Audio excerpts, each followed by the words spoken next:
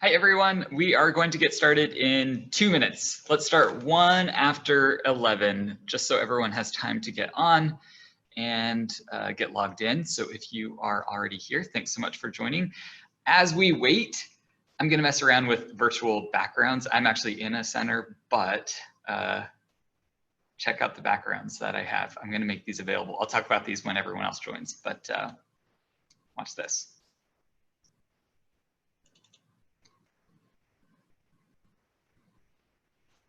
Oh, now where am I? Let's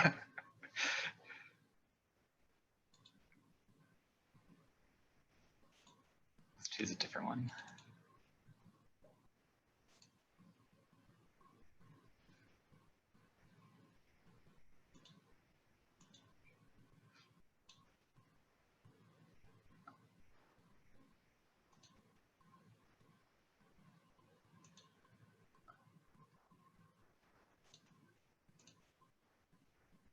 Okay, it is 1 after. We're gonna go ahead and get started. I am just messing around with virtual backgrounds. We will talk about those in a second, and we are gonna make some virtual backgrounds available to you. I'm gonna take mine off because I am in the center, so I don't actually need a virtual background right now. And I've got my polo on. I'm trying to be a good model here, you know, with my camera on and everything to try and model some good Zoom ideas that we're gonna talk about. I'm not gonna be able to model all of them, because we have a much bigger group than you will probably have. But what I'd like to do is, I'd like to, first of all, say that I've seen some amazing videos out there of recorded sessions, or you know, videos that you're making on your own or your senseis are making.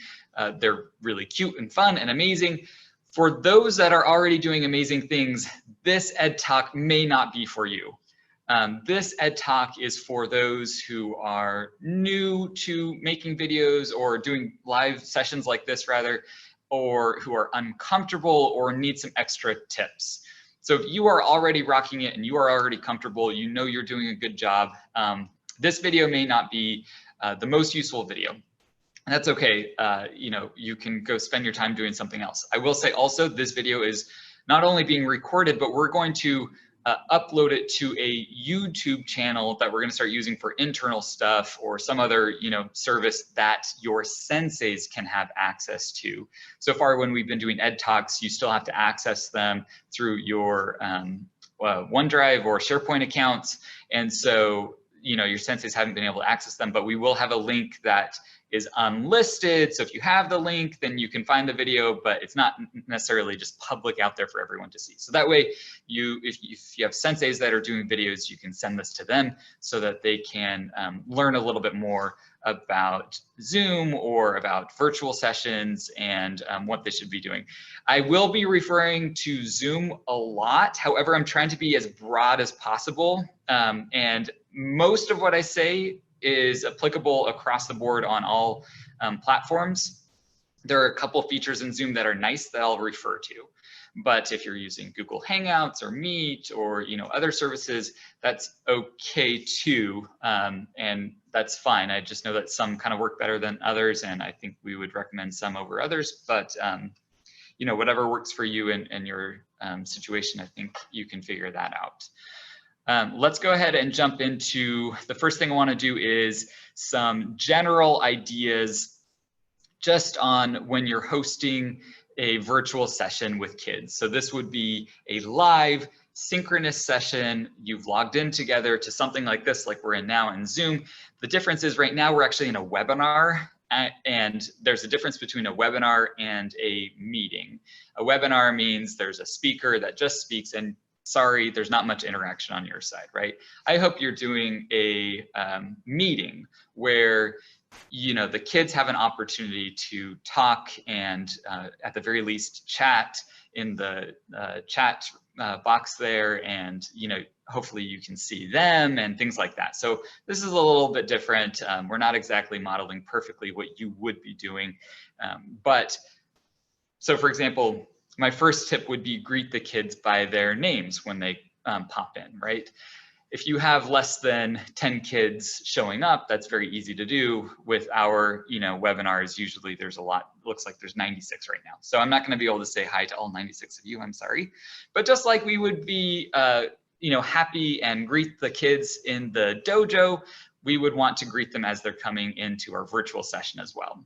And so that's something you definitely want to do. I would also begin with a check-in. This can be somewhat personal check-in. It's hard because we're all being quarantined and, we don't get to see our friends as often. And so for the kids, I would spend a good 5, 10, maybe, longer, depending on how many kids you have in the room, minutes just not introducing, but getting to know how everyone's doing and, asking them, how has your week been going? What have you been up to? Nothing related to coding, just how they're doing. And that way we can continue to build that relationship with our ninjas and show them that we care and help them build friendships with each other and, do everything that will help them want to come back to us because they have that relationship with us. And then you should also make sure and build in time if there are any announcements to make, anything like that. You should definitely schedule all these things out, right? You should schedule how much time you need to say hi to everyone, to call out their names and say hi, to have time set apart to check in, time for announcements, things like this. It should be a little bit more planned than I'm just going to jump on and wing it, right? And then you should encourage the kids to respond to each other in some way. The tricky part here is that if there are a lot of kids, it's not practical to have them all respond to either questions you have or to each other with audio. You may need to have them all be muted when they join and then unmute when they have something to say. If there are a lot of kids, you should use the chat instead, and that's a little easier to manage, so not everyone's kind of talking over each other. If you only have like 3 kids in the room, that's totally fine to just use audio, and we can kind of manage ourselves as far as not talking over each other, and you can help them manage that as well. But I would hope that, in the dojo, I hope to see peers talking with each other and collaborating with each other. And so in that same manner, I would hope to see that in the Zoom session as well. It just may have to look different if you have a lot of kids in the room using chat, right? And then I would wrap up every session with some sort of, reflection at the end. This one we probably don't do in the dojo because, kids just come and go at their own time, right? It's a drop-in program. But I would recommend this for the Zoom or a virtual session where you kind of wrap up by reflecting on what did we do today, have kids think about what they did, be able to close out that session with a positive note and a reflection on what has been done and, an opportunity for the kids to, again, chat and share. One thing I would definitely encourage is make sure you also establish norms, is what we call them in education, or rules. You might have a set of dojo rules. Just because we're not in the dojo doesn't mean we shouldn't have expectations. And so for kids, I think these are extremely important because they may be doing virtual sessions with their teachers. So maybe they're already getting a little bit of this, but if they're not, this may be their first experience with using a virtual session, a webinar, or a meeting in this setting. Maybe they have like FaceTimed grandma or something, but never had a big meeting with more than a few people in the room and have it somewhat organized, right? So make sure you establish what your expectations are. Do you expect them to only unmute themselves when given permission? That's a little harsh, but maybe that's necessary if you have more than 10 kids in the room, right? What do you expect them to do as far as should they be multitasking? If you see them on their phone, is that acceptable? Or should they be present while they are on the session with you? And some of the webinar tools, virtual tools like Zoom, have hand raising capabilities. Should they raise their hand when they have something to say? Kind of figure out what are your expectations, how can you manage those kids, and just remember to help kids when they don't meet the expectations, use it as an education opportunity to help them understand why they should be you know, meeting your expectations and sticking to the rules, right? Because, you know, they'll forget in the beginning, maybe it's not malicious, maybe they're going to just unmute themselves and start talking over everyone, and you'll have to remind them, hey, you know, right now we need to make sure we're not talking over anyone. I can't hear so-and-so who was talking. Please wait your turn next time, right? And then we should also be promoting the engagement. So engagement may not just happen. In fact, it probably won't just happen, because the kids may feel like, you know, I'm not there physically, so they may be a little bit hesitant to actually jump in and participate. So you may need to tell everyone, you know, I want everyone to type in what they're thinking about this, right? So maybe it's in the very beginning. You can ask everyone, what was the best thing, your favorite thing that you did this week? And you can tell them, I want you to respond by everyone typing in the chat your response. And then, you know, make sure and follow through that everyone is typing in their response. And if someone doesn't, then ask them, okay, I didn't see your response. What was your favorite thing that you did? So make sure you're following up on that and giving clear instructions on what you want them to respond with and how you want them to respond, right? So in that example, I said, I want them to respond with what was the favorite thing that they did. And I told them how by saying, you should be chatting, typing this in the chat, right? If the kids are younger, I hope you have smaller groups, and then you can say their names specifically when they should respond. So what was your favorite thing? Susie, please tell me. Great, that was amazing. Okay, Oliver, please tell me, right? So that everyone knows when they should be going and how to unmute and things like that. And that's the other thing that you need to do is, a lot of the kids, you know, this may be their first time using this specific tool. So you may need to, the very first time or multiple times, depending on how young they are, model for them, show them exactly how to unmute themselves, how to mute themselves. I mean, some of these symbols are obvious to us, the little microphone symbols, and the fact that it's red with a line through it means it's unmuted or it's muted. Those are obvious to us now, but maybe not to the kids, right?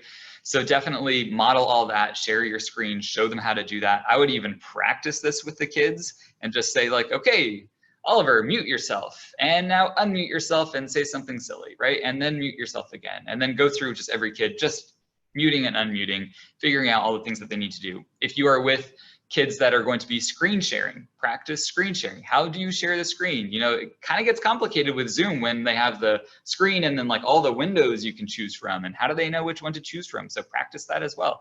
I would definitely make sure that the kids are familiar with the tools that we are using. And as much as possible, refer to whoever is speaking by name so that everyone can follow the conversation, right? If a kid is speaking, then you should be saying, you know, hey, Oliver, can you tell us what you're thinking about your project, or show off your project for us? And then when they're done, thank you, Oliver, for doing that, right? And so, you know, use names as much as possible to remind kids who's saying what, who's being engaged right now, and follow along that conversation. Another thing, another tip that I have is your kids' attention spans are already pretty short. And so when I think about virtual sessions, I think they should be shorter than you expect. Just because I don't think that kids will stay engaged in a virtual session for as long as they would in an in-person session. And so if you're not doing a full hour, I think that's okay, depending on the age, right? For a junior, I would definitely do half hour or even shorter. Even 20 minutes is probably long enough per session. So maybe if you wanted to do more engagement, maybe have multiple 20-minute sessions. But you know, for those junior kiddos that are 5 and 6, I just don't think you'll keep their attention that long. For the older kids, you may be able to do a full hour, you know, if you're at the upper end and they are, you know, have clear instructions on what they should be doing the whole time. But then even then, that hour is broken up to, you know, 5 minutes of just welcome and announcements and things like that, right? So you're breaking up all the hour into small chunks. You shouldn't just be sitting and talking for the whole hour. Like these webinars, I can talk for a full half hour, but that's because we're adults. And even then, I'm sure a lot of you get bored, right? So just think about that for your kids who have shorter attention spans. A couple technical things that I wanted to talk about. lighting and audio. Audio usually is okay. I wish I had brought my microphone from home. I'm in the center right now. If you have an external microphone that's better than the built-in one, that's probably a good idea to use as much as possible. And I feel like the two things, audio and lighting, those are the two most important things to make your videos look more professional. And if the audio is really bad, or if it cuts out a lot, make sure your internet is, going to work well enough for the conference or for the meeting. But then also, if the audio is unintelligible, then you're going to lose your kids right away. As far as the lighting goes, make sure that it looks good, that the lighting is not distracting. But then I also have some tips to make your lighting look not just not distracting, but actually good. One thing that you can do is think about window lighting instead of overhead lighting. So I'm in the center right now, which you don't have to go to your centers to do your virtual sessions, although it's great because we have all these big windows, right? And so the big windows are basically giant soft boxes. If you've ever got your photo taken, you see these giant lights with white covers on them, and that's to diffuse the light. So that's basically what our windows are here, is a giant soft box that diffuses the light. You don't see any harsh shadows on my face. Not my whole face is kind of lit. You don't just see half my face as completely pitch dark and the other half is bright, right? And the background looks okay too. I don't have anything distracting in the background. There's not, just a big mess behind me. I know that a lot of you will have to be doing these at home, but if you are in an office or in the kitchen or wherever, I would encourage you to clean up the background or use virtual backgrounds, which in Zoom is pretty cool. In the video settings, if you click on the up arrow, I think we'll have to show instructions on how to do this, but you can actually choose a virtual background. If you were here right on time, you saw me messing around with backgrounds. I'm going to be sending out some of these backgrounds. You can see actually this one is taken in the same location, so you probably can't even tell that it's a virtual background, except that it's it's reversed. Let me actually mirror so that Code Ninja says you can still see that spelled right. But look, now I'm in the dojo. And there's a couple different, backgrounds that you can do. It's not perfect. You can kind of see around my head and hands, fingers kind of get cut out a little funny, but I think it kind of works. And it's a fun little way to make it look like you're still in the dojo and remind the kids that this is Code Ninjas, and when it'll show them something familiar. We also have other backgrounds like this ninja head and a bunch of other ones like that that aren't photos, but just some of our logos and whatnot. I'm gonna stop my virtual background because I'm here. But anyway, we'll be sending out those as well, so that if you are at home, you can still kind of look like you're in the center. And like I said earlier, I'm wearing my polo, which is great for the kids, or your senseis can wear their sensei shirts and try and just make it look like you're in the dojo. I think that will help kids feel a lot better, feeling like things are a little bit more normal, at least. One thing about the camera is the eye to your students. Remember that. I know I kind of look down at my notes a lot, but I try to remember as often as I can to look back up at the camera so that it looks like I'm looking at you right now. And just try and keep that in mind. Another thing about the camera is I actually have my laptop on top of a couple of EDTalk boxes, a couple of robots here, to lift up the laptop a little bit so that I'm not hunched down looking down at the camera. Two things happen here when you look down at the camera. First of all, it's just a bad angle, you got a double chin and you're looking up and whatever, and then who knows what's going on in the background, and it just doesn't look that great, right? So try and raise up your laptop as much as you can. Well, not as much as you can, but as close to eye level as you can. So in photography, for portraits and whatnot, for this type of setting, you want the camera to be in line with your eye as much as you can. And then let me just show you a bad example real quick. I just thought of switching the laptop around to show you what not to do. So I talked about window lighting. This is not what I mean by window lighting. You don't want the window behind you. See how I'm just silhouetted? You want the window to be on your face. Oh, look how much better that looks, right? Okay, those I think are my technical. I'm not a videographer, I'm not a professional, but those are just some of the tips that I've kind of picked up along the way that I think everyone can benefit from. Another thing, you know, some video conferencing tools have polls or other ways to engage kids. If you want to do like a Kahoot or something, there are tons of different ways that you could try and still engage the kids, but I think polls, even silly polls, can be exciting or engaging for the kids to help engage them. One thing I wanted to warn about is something called Zoom bombing. That has been a new thing. I think a lot of you have already heard of this, but Zoom bombing is when people find public links to a Zoom session, jump on, and do pretty wild stuff, ranging from silly to outright inappropriate and scary. So what I would encourage all of you to do is not publish public links to Zoom in public spaces.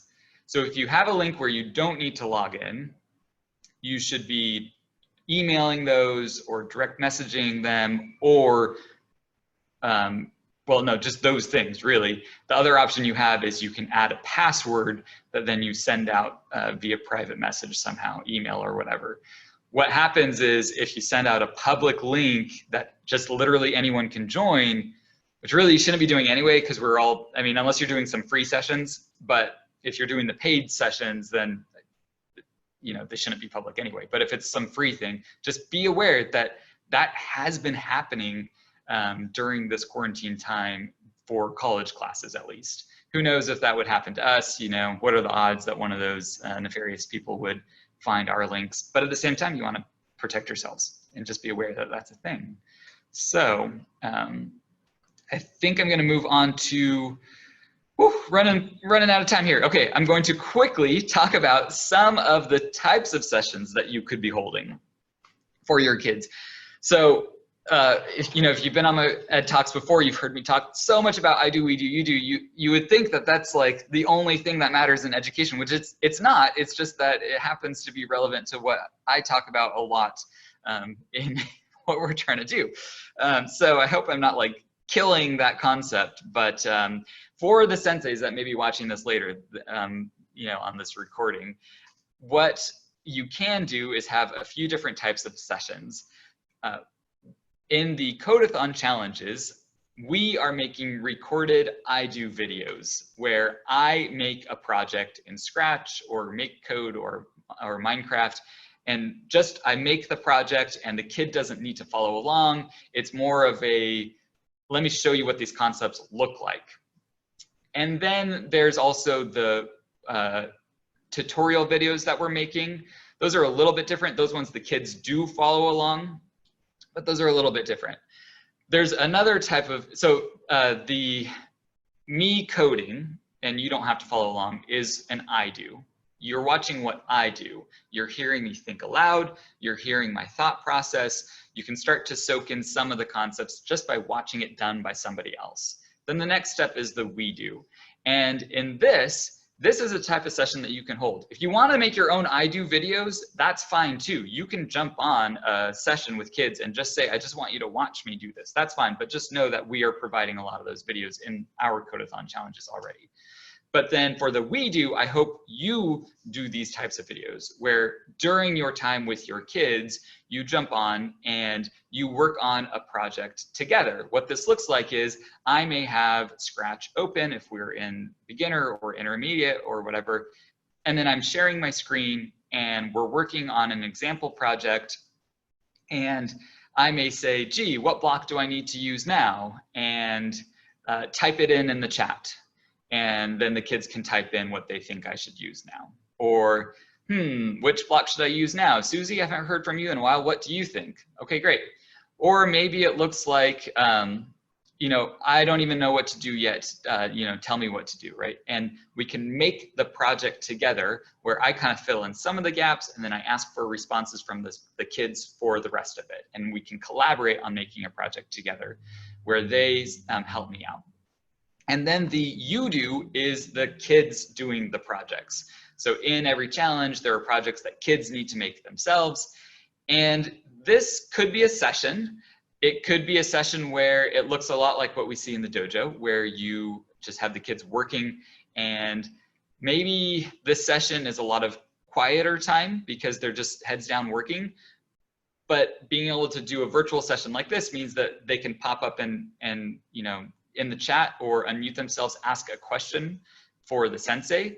In Zoom, there's something called breakout rooms. And I wanted to model it today, but realized that because it's a webinar, we don't have the same functions as a meeting. But I'll send out instructions on how to do that, because what you can do is, you know, one sensei can be the host of, you know, everyone's kind of working with their heads down, and then you should have another sensei, you know, in the room anyway, just for safety. And what you can do is have a breakout room if there's one kid that's stuck, and then they can talk about what the problem is in kind of a separate chat area, and then come back to the rest of the group when they're ready. The advantage for this is maybe there are multiple kids that have the same question. So you have multiple kids come over to the breakout room with you, and you just pull a small group. So that's what the you do could look like. This is the kids actually working on the projects and then being able to pop up and ask questions. But most of the work is being done by them, and the senseis are there to support.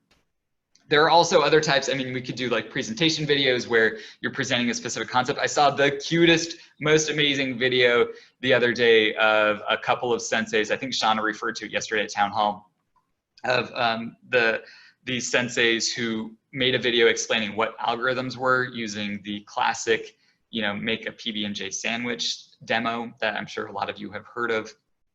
And, you know, misinterpreting the instructions that other kids had written down. Is so cute. Anyway, so there are like concept videos that you can insert or send out, or, you know, maybe you want to do those live as well in a session like this. And those ones, I think they definitely have a place as long as the concepts are aligned to what they're learning in the session. I don't recommend just making a dozen concept videos that just are random. I think if they apply directly to what the kids are learning, then that's definitely something that's a plus.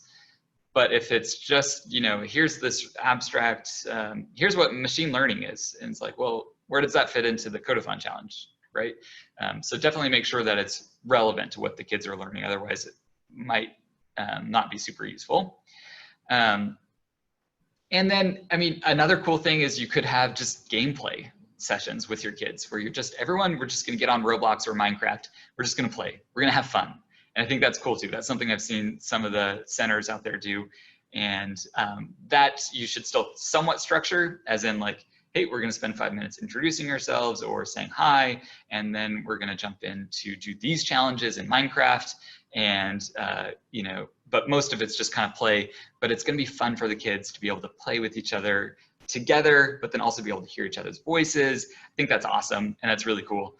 I wanted to do a quick screen share because a center director sent me this really cool outline that has amazing tips, and they have allowed us to share this. So we're gonna share this out later, but I'll preview it to you real quick.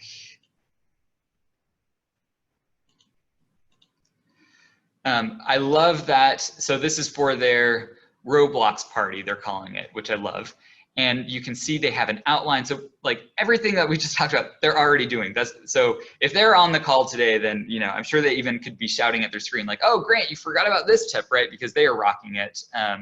So they've got a whole plan here, you know, by the minute on everything that they'll be doing in the session together. They've outlined the goals for the session. They've outlined what technology you should use for the session, and the staffing recommendations, including that you should have 2 senseis in the room and even the center director. I love that.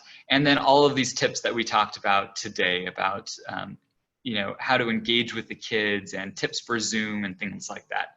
I love this. I can't wait to share this out with everyone so they can see a good example of how to plan for a Zoom type meeting at one of these sessions.